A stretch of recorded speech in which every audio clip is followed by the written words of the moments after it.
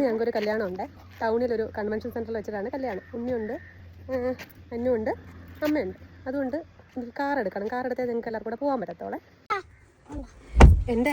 എനിക്ക് ഈ ടൗണിലേക്ക് വണ്ടി ഓടിക്കുന്നതല്ല ടെൻഷൻ. ഇവിടെ നിന്നേ പോകുമ്പോൾ എൻ്റെ ടെൻഷൻ എന്തോന്നറിയാവോ, അവിടെ ചെന്ന് ഇങ്ങനെ പാർക്ക് ചെയ്യുമെന്നുള്ളതാണ് എൻ്റെ ടെൻഷൻ.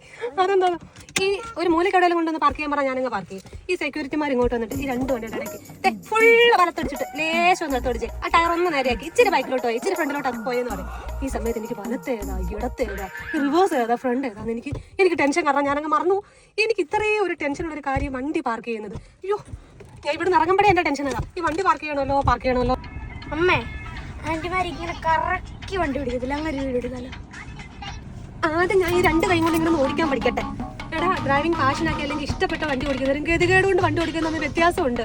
എന്നെ സംബന്ധിച്ച് ഇങ്ങനെയൊക്കെയുള്ള സാഹചര്യങ്ങൾ ഡ്രൈവറെ വിളിക്കാതെ എങ്ങനെങ്കിലും പോവുക, ആർക്കും ഒരു ദോഷം ഉണ്ടാക്കാതെ ഒരു അപകടം ഉണ്ടാക്കുക, തിരിച്ചു വരിക, അത്രേ ഉള്ളൂ. ഇങ്ങനെ കറക്കി ഓടിക്കാൻ ഓടർക്കാണ്. രക്ഷപ്പെട്ടതാ, നല്ലൊരു ഗ്രൗണ്ട് ഉണ്ട്, സമാധാനം എവിടെയെങ്കിലും കൊണ്ടിട്ടിട്ട് പോവാം.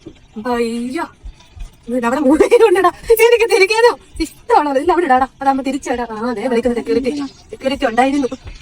എന്റെ പൊന്നാമ, ഞാൻ എവിടെയാലും വിടുവേ, അങ്ങോട്ടും ഇങ്ങോട്ടും തിരിക്കാനൊന്നും പറയരുത്, എന്നെ കൊണ്ട് ഇവിടെടാവോ, ഇവിടെ കേട്ടോന്ന് ചോദിച്ചേ, അങ്ങ് കേട്ടണോ? എന്തിയെ, എങ്ങോട്ടാ ഇടണ്ടേ? ആ, അയ്യോ, ഇടയ്ക്കൊന്നും കേൾക്കാൻ പറയല്ലേ.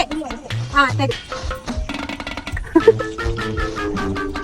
സെക്യൂരിറ്റി മാമാർക്ക് എവിടെങ്കിലും ഇടയ്ക്ക് ഇവിടെ വേണ്ടാന്നോ, ഓടിപ്പോണ്ടപ്പോ മാമൻ തൃപ്തിയായെന്ന് തോന്നുന്നു.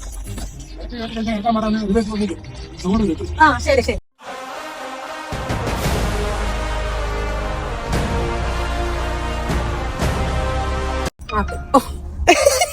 Mission success.